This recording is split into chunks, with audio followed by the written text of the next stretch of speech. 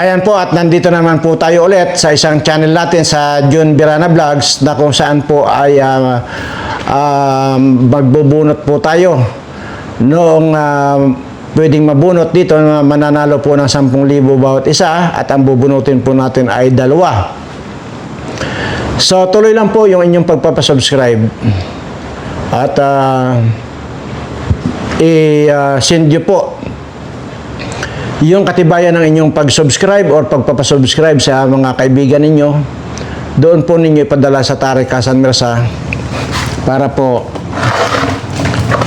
mapasama po dito yung inyong mga pangalan sa timbang ito. Ano po? At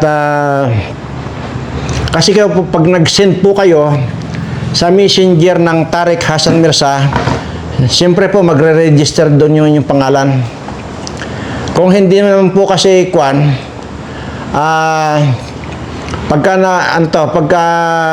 tawag ito, yun po yung nililista agad ng sekretary ko, kaya yun po yung nilalagay din dito sa timba. Ano po? So kaya po yun pong dati pong may nag-claim na ako raw nanalo, hindi po ganun. Kasi once po na natapos yung pagbubunot dito, tinatawagan po agad ng aking sekretary yung pong nanalong tao. Siguro po, kapangalan lang ninyo. Tayo naman, marami magkakapangalan, marami magkakaapelyido. So, ganun lamang po yun. So, antayin nyo po yung tawag ng sekretary. Dahil hindi na po pinagtatagal kasi yan dito. At once na nabunot dito, pagkatapos itong programa, antimano po tinatawagan na yan. So, pero bago po tayo pupunta dyan sa ating palabunutan, ay nais ko lamang pong sabihin sa inyo na manood po kayo sa mga ibang vlogger. Lalo na po yung mga foreigner na vlogger. Manood po kayo dahil mukhang matindi na po. Wala po tayong nalalaman, pero matindi na po yata ang kasi hindi ko rin alam. Ayon lang ito sa napanood ko.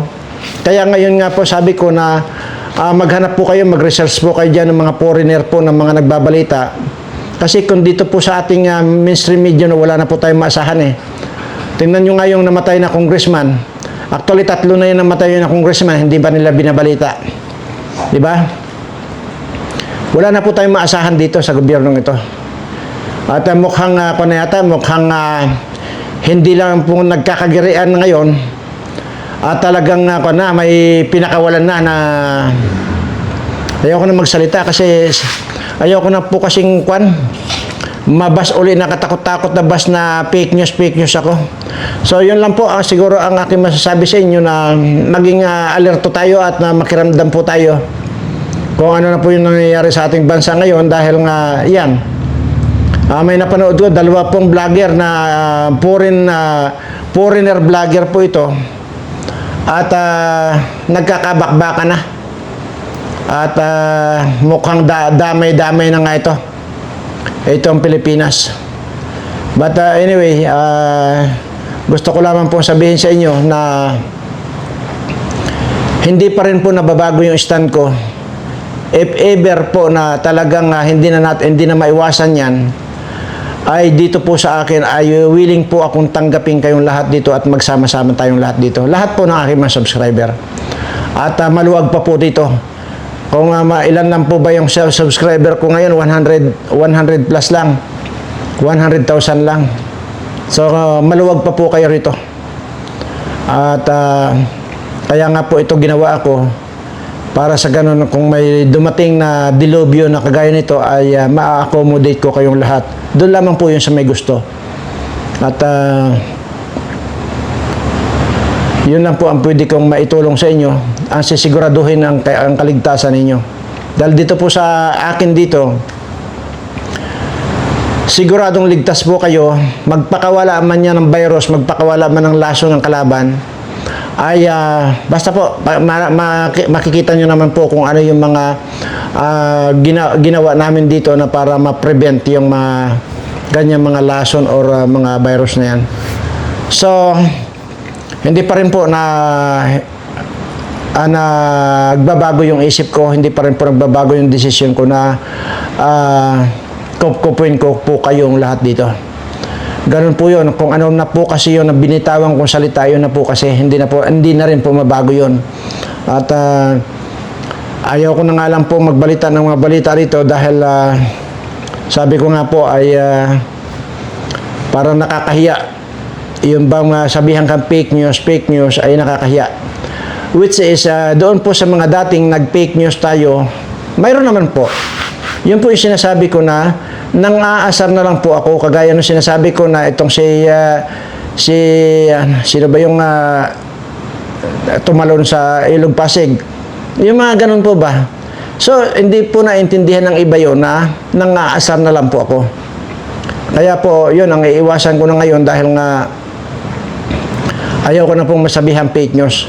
So, bahala na po kayong mag-research at basta ang sinasakin lang po, kapag ka delikado na, mag-a-announce po ako rito na, ngayong mga subscriber ko halimbawa ay kung taga Mindanao kayo, taga Luzon kayo, taga Visayas kayo, pumunta kayo doon sa isang ganitong lugar at may susundo sa inyo. Ganun lang po siguro. At yun naman ay hindi naman agad-agad yun. So, na may dandyan na agad yung gira. Malalaman din po natin in advance yan. Kaya, yun po. At maasahan po ninyo na sinabi kong kukupkupin ko kayo rito, kukupkupin ko po kayo. Wala po kayong dapat alalahanin dito pag nandito kayo sa akin. Yun lamang po ang masasabi ko sa inyo.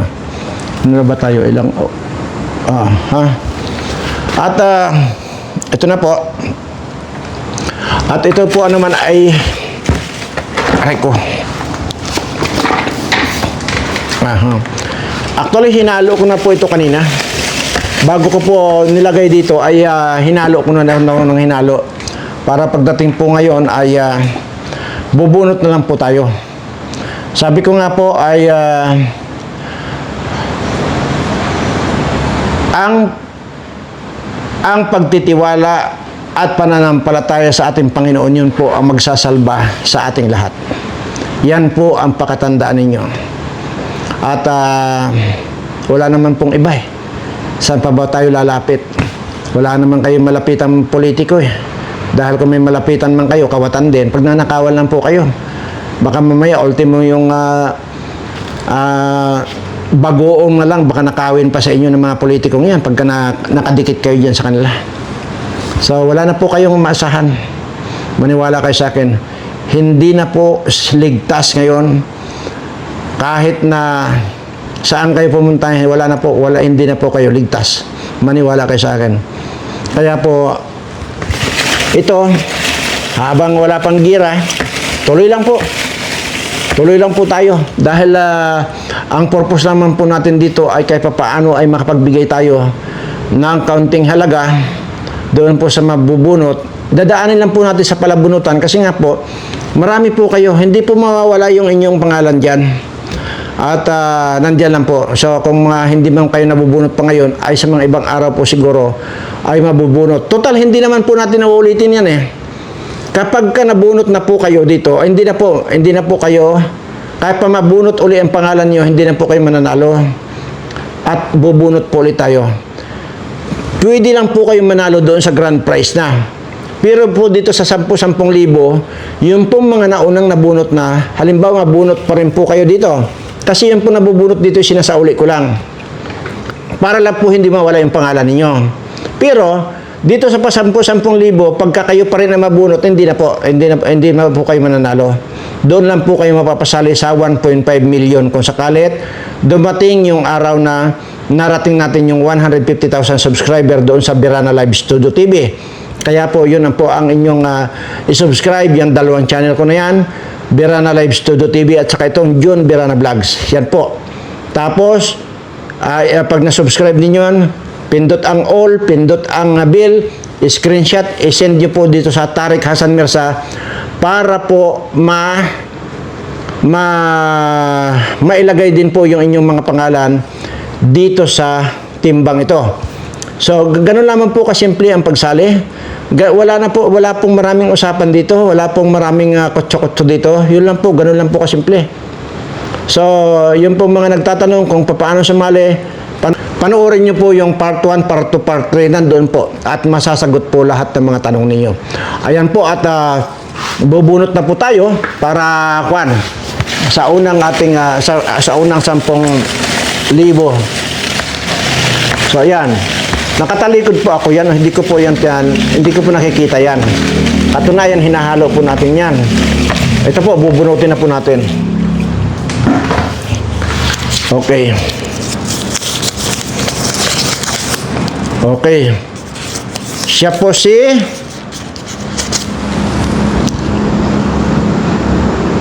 Sinaida Alparo. Yan po. Tama ba ko? Si Sinaida. Ayan po, si Sinaida Alparo. Ayan, congratulations.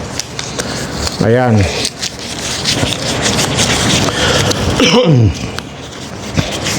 Ayan po. At isusunod na po natin itong isa na para matapos na tayo. Ganun lamang po yun. Kasi ito naman ay para dito sa palabunutan natin itong channel na ito. Wala na pong iba tayong i-discuss nito. So ayan po, bubunutin na po natin. Aray ko. Pagod.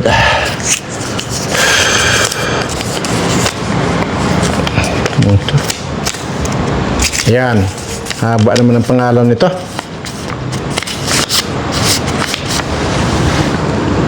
Yan po. Esperanza del Rosario. Yan po. Esperanza del Rosario. Ayan po. Congratulations. Ayan. Ito pong dalawang nanalo na ito, ibabalik lang po ito sa timba. Itong pangalan na ito para po hindi mawala yung pangalan ninyo. Dahil ito po ay kasali pa rin po kayo doon sa 1.5 million. Sinabi ko na po yan. Pero kung hindi pa po, kung halimbawa sa mga susunod na araw at kayo pa rin yung mabunot, hindi na po, wala po kayong premium. Bubunot po tayo ulit ng iba. Ganun po yun. So, sana po maintindihan ninyo at tuloy lang po yung inyong pagpapasubscribe at tuloy lang po yung inyong pagtangkilik dito sa ating channel at channel din po ninyo ito. So, ano pa ba? Wala na siguro. So, maraming salamat po at congratulations doon sa nanalo. Salamat po.